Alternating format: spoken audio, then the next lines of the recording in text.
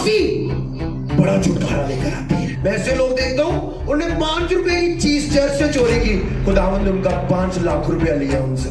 Line लिखी थी, अनफॉरगिवनेस is a silent सिन।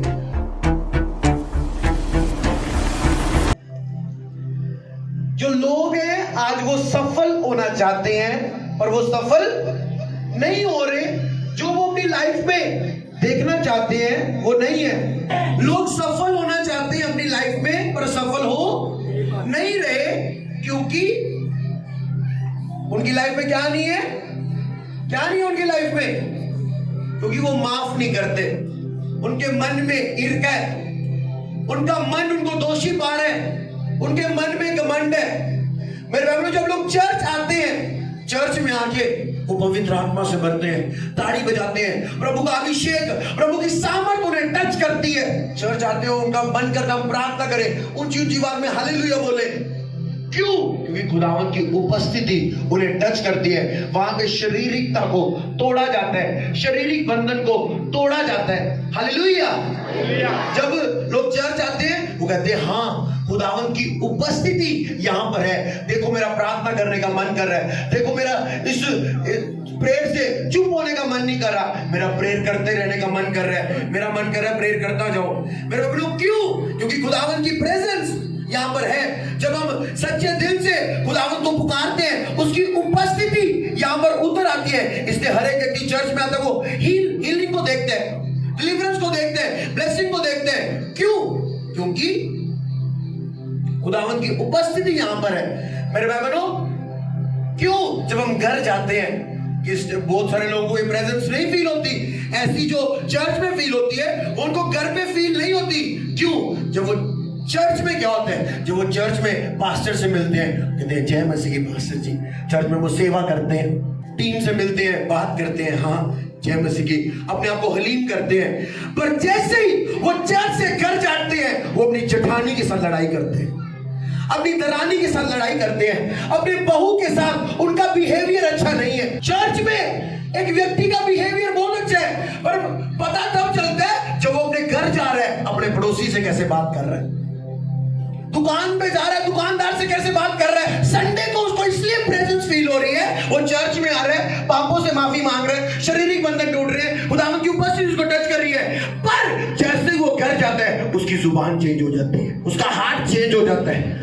वो जो कपड़े उसने पहने थे चर्च आने के लिए, वो उतार देता है। मैं शारीरिक कपड़ों की बात नहीं कर रहा, वो ड्रामा कपड़े जो उसने चर्च आके ड्रामा दिखाया, इसलिए चर्च में प्रेजेंस फील होती है। घर जाके क्यों नहीं? क्योंकि घर जाके जब हम अपने से कम ब्लेस्ड व्यक्ति को देखते हैं, हम उसको ताना मारते हैं, हम उसको अपनी बातों से बोलते हैं कि तू नीचे और मैं ऊंचा हूं। इसलिए वो प्रेजेंस जो हमें चर्च में फील होती है, वो हमें घर पे फील नहीं होती।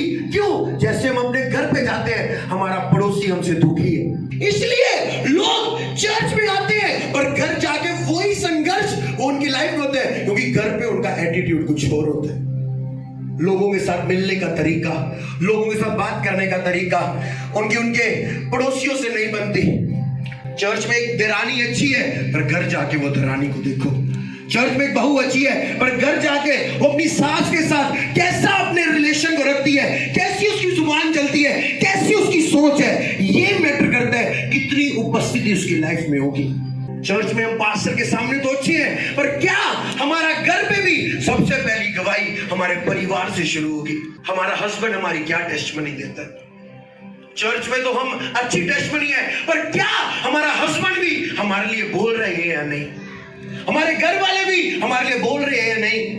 या चर्च में तो हमारे मुंह से जय मसीह निकलती है, और जब बात आती है तेरी माँ की और तेरी बहन की, ये निकलता है हमारे मुंह से। लोग कहते हैं शनिवार चर्च लगना चाहिए। सबसे बड़े बेवकूफ और बुद्धू लोग वो होते हैं। मेरे भाई बहनों, पहले सबत का दिन शनिवार होता था, पर यीशु मसीह के जी उठने के बाद तीसरा दिन मतलब संडे, वो है रेजरेक्शन डे। इसलिए हम ईस्टर संडे को मनाते हैं, ना कि शनिवार को। इसलिए हमको संडे को खुदावंद की उपस्थिति में खड़ा होना होता है। इसलिए लिखे अंत के दिनों में बहुत सारे लोग तेरे को बकाने आएंगे, शनिवार चर्च लगना चाहिए, इस ऐसे होना चाहिए, ऐसा बपतिस्मा नहीं होना चाहिए, ऐसे प्रभु बोलना होना चाहिए। इसलिए कहता क्या, फरीसियों के खमीर से क्या रहना, चौकस रहना। क्योंकि वो भी आपको बड़े पवित्र लगेंगे, उनकी जुबान इतनी मीठी लगेगी, उनके बोलने का तरीका, पर कहता वो अंदर से डसने वाले हैं। कहता कोई तुझे मूर्ख ना बना दे, कोई तुझे बेकार ना दे, जो शिक्षा तूने पाई है कोई तुझसे छीन ना ले। हालेलुया। चर्च में आप बहुत अच्छे हो, पर आप जब घर पे गए, आपका अपने पड़ोसी के साथ कैसा मिलना बैठना है, उठना बैठना है, कैसा है? इस कारण लोग संघर्ष कर रहे हैं। उनका मन चर्च में तो साफ है, पर बाहर जाते ही वो कोड़ी हो जाता है। बाहर जाते ही, अभी जब मैं प्रेयर कर रहा था, खुदावंद ने कहा स्पिरिट ऑफ रिवेंज। रिवेंज मतलब बदला लेना। लोग चर्च में तो अच्छे हैं, प्रेयर कर रहे हैं, प्रभु का आत्मा में जुड़ रहे हैं, पर बाहर जाते ही वो अपनी बहन से बदला लेना चाहते हैं। बाहर जाते ही वो अपनी जेठानी के सामने कुछ ऐसा करना चाहते हैं जिनसे उनका नाम ऊंचा हो जाए, और उसकी जेठानी को वो कुछ करके दिखाना चाहते हैं। मैं चर्च आया तो हूं इसलिए क्योंकि प्रभु मुझे गाड़ी दे और मैं अपने परिवार में बताऊं कि ऐसी भी कुछ है वहां। इसलिए कहता धन्य है वे जिनके मन क्या है, शुद्ध है, प्योर है। मैं ऐसे लोगों को जानता हूं, अभिषेक है उनके पास, पावर है उनके पास, पर उनके मन में चालाकी है, होशियारी है। खुदावन उनको कभी नहीं बढ़ाता। क्यों खुदावन की प्रेजेंस को वो कैरी नहीं करते? क्योंकि ऑलरेडी वो अपने अंदर बुराई को कैरी कर रहे हैं। स्पिरिट ऑफ रिवेंज, बदला लेना, किसी की बात बर्दाश्त नहीं, मैंने जब तक इसको बात नहीं ना कर दी, ये चीजें। इसलिए लोगों के ऊपर खुदावन का अभिषेक नहीं है। चर्च में जब उन पर हाथ रखा जाता है, उन पर करंट उतरता है, पर जैसे वो बाहर जाते हैं, संसार का प्रेम उनको मोह लेता है। एक लाइन लिखी थी, अनफॉरगिवनेस इज अ साइलेंट सिन। वो चुप रहता है। आपने किसी को माफ नहीं किया, वो चुप रहेंगी अंदर से वो दुष्ट आत्मा, पर अंदर ही अंदर से आपको खोखला करती जाएगी। सोचो, अभी तक कोई यहां पर बैठा है, उसने पिछले 5 साल की कोई बात याद रखी है, और अभी तक जबकि वो बात हुई है, तब भी जब वो उस पर्सन मिलता है, वैसे ही उसके साथ मिलना है उसका, कि उसने मेरे से ऐसा किया था, अब मैंने इसके साथ ऐसे मिलना कर रहा है। मतलब उस बात की वजह से आज तक उसके मन में कुछ है, आपको पता नहीं, वो इंसान अंदर से खोखला होगा। फॉरगिवनेस, जब आप किसी को माफ करते हो, आप डिलीवरेंस को देखते हो। एक बड़ा छुटकारा आपकी लाइफ में होता है। आप देखना, जिस व्यक्ति को आपने माफ नहीं किया, जिस दिन आप उसको पूरे दिल के साथ दोबारा कभी याद नहीं करोगे, बड़ी डिलीवरेंस को आप देखोगे। माफी बड़ा छुटकारा लेकर आती है। इसलिए आप देखते हो, लोग चर्च में उन्होंने ले हैंड करवाया, प्रेयर की अभिषेक में मरे, घर गए, मेरे ना इदा किया, मैनू इदा करके दसनी है। फिर कहता इसलिए तू संघर्ष कर रहा है, तूने मेरे वचनों को माना नहीं, तूने वचन सुना तो सही है, तू आया तो सही चर्च में, तूने कहा कल को अपनी बेटी का निकाह करवाना है, क्या करना है, किसी ना किसी चर्च से जाना पैना है, कल को असी मरना भी है, साढ़े कितने जनाजा पढ़ना है, चर्च में ज्वाइन कर लेने। खुदावन आपका मन देख रहे हैं, आप किस मन से खुदावन के घर आए हो। एक बहन मेरे से 4 बारी मिली, और चारों बारी उसने मुझसे पूछा, क्या आप मेरा, जब मैं मरूंगी, मेरा जनाजा पढ़ दोगे? मैंने कहा, तुम मरने चर्च आई है या जीने चर्च आई है? मेरे भाई बहनों, ये मैरिज पढ़वाना, डेथ पढ़वाना, मेरे भाई बहनों, लाइफ का एक पार्ट है। यही लाइफ नहीं है, ये लाइफ का एक पार्ट है। लोग चर्च इसलिए ज्वाइन करते हैं, ये वाले चर्च वाले हमारी मैरिज पढ़ेंगे, ये वाले चर्च वाले हमारी डेथ पढ़ेंगे। हाथ धोगी, क्या ये वाले चर्च मेरे को खुदावन के राज्य के लिए रेडी करेंगे? किसने तुझे मोह लिया, किसने तुझे बुद्धू बना दिया? जब एक व्यक्ति माफी वाला जीवन नहीं जीता, उसको माफ करना नहीं आता किसी को, रिवेंज स्पिरिट वो कैरी करता है। मैंने ऐसे लोग देखे, वो चर्च से निकले और चर्च के अंदर ऐसे थे जैसे उनको कुपू पड़ा हुआ, इतना झुके होते हैं वो, जय मसीह की, और बाहर जाके ऐसे लोहे का शरीर होता उनका। कोई बोले तो सही मेरे आगे, कोई मेरे को बात करके जाएगा। जब आप ये ड्रामा करते हो खुदावन के साथ, आपकी लाइफ ड्रामा बन जाती। वो काम जो इसी हफ्ते होना होता है, वो 2 साल डिले हो जाता है। डिले स्पिरिट एंटर करता है। क्यों? क्योंकि आप ड्रामेबाजी कर रहे हो। आप चर्च में तो अच्छे हैं, पर जैसे आप अपने घरों से बाहर गए, आप ऑटो में बैठे, सफर में गए, रेडी वाले से सब्जी ली आपने, दुकानदार पे गए, कैसी जुबान चलती है आपकी, कैसा आपका मन है? आप अपनी ड्यूटी पर गए, आपको 1000 रुपया ऊपर से कमीशन मिल रही है, आप क्या कर रहे हैं? नहीं नहीं नहीं, पास्टर नहीं है यहाँ, घर तो पाल लेना।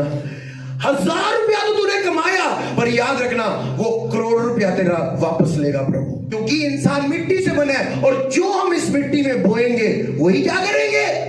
काटेंगे। मैं ऐसे लोग देखता हूं, उन्होंने 5 रुपए की चीज चर्च से चोरी की, खुदावंद ने उनका 5 लाख रुपया लिया उनसे। चर्च से पूछे बिना 50 रुपए की चीज लेके गए, खुदावंद ने 50,000 निकलवा दिया। Hallelujah, hallelujah, hallelujah.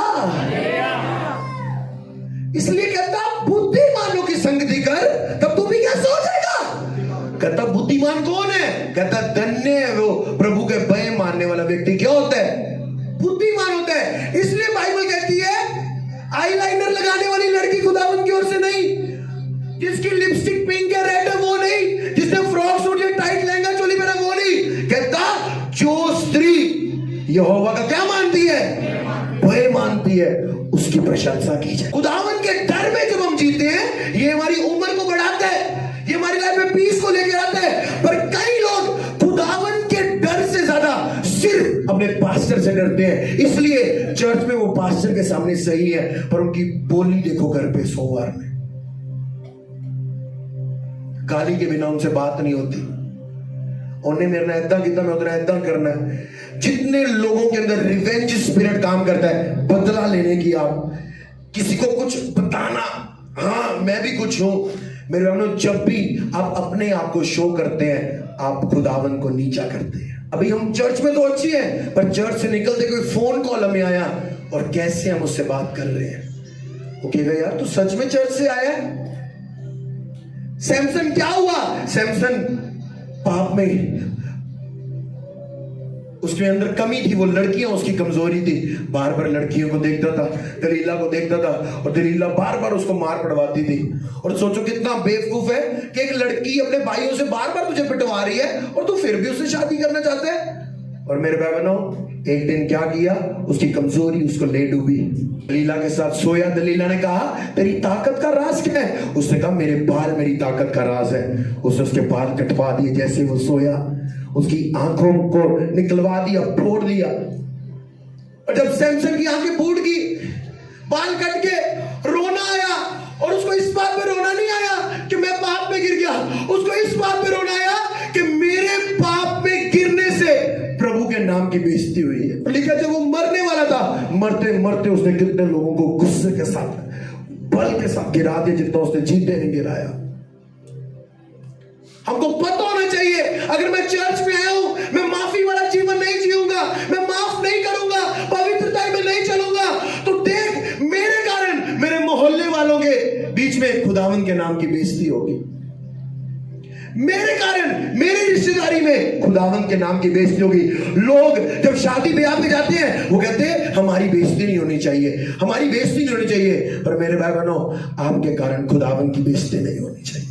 सोचो एक वर्शिपर इधर वर्शिप कर रहा है और वो आपको कहीं पर फिल्मी गाना गाते देखे, एक वॉलंटियर जो यहां पर और उसकी रील आप इंस्टाग्राम पे किसी फिल्मी सॉन्ग के साथ देखो, उसके कारण खुदावन की निंदा हो रही है और आने वाले दिनों में उसकी निंदा होगी। क्योंकि चर्च में क्या था? चर्च में ड्रामेबाजी का लिबास था।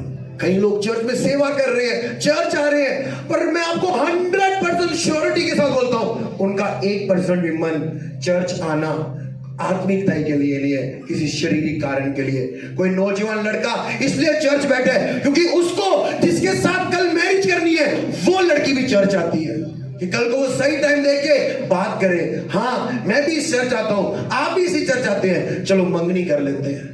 कैसा आपका मन है, खुदावंद आपके मन को जानता है। अगर और आपके मन को देख के वो देखेगा आपको आशीष देनी है तो कोड़ी करना है। कैसा मन लेके आप खुदावंद के घर आए हैं? आप इसलिए चर्च आए हैं क्योंकि आप बीमार हैं और प्रभु जानते हैं जैसे ये चंगा हो जाएगा ये कभी वापस नहीं आएगा। खुदावंद आपका मन जानता है। खुदावंद मुझे ब्लेस कर और प्रभु आपको ब्लेस करे, और तब आप बाद में दिखे ना और प्रभु के लिए बोए ना, प्रभु को याद ना करें। प्रभु आपके मन को जानता है। सोचो एक लंगड़ा चर्च आए और चर्च आके हील हो जाए और दौड़ने लगे और और दौड़ के वो वाइन शॉप पर जाए शराब पीने, और उसको एक वाइन शॉप वाला के, यार तू तो व्हीलचेयर पे आता था, चर्च गया हूं, हील हो गया हूं, आज इसलिए भाग के आया हूं। तो प्रभु कहता है इससे अच्छा ये लंगड़ा ही ठीक था। कुछ चीजें हमारी लाइफ में इसलिए नहीं है क्योंकि खुदावंद जानता है। खुदावंद ने मुझे कहा इनको बोल रियल हो जाओ, रियल हो जाओ, दिखावा मत करो, दिखावा मत करो। हमारे YouTube चैनल को सब्सक्राइब करें ताकि आप परमेश्वर के गहरे भेदों को जान सकें कि कैसे आप परमेश्वर में बढ़ सकते हैं, कैसे आप दुष्ट आत्माओं से, नशों से, गरीबी से और वंशों के श्रापों से आज़ाद हो सकते हैं।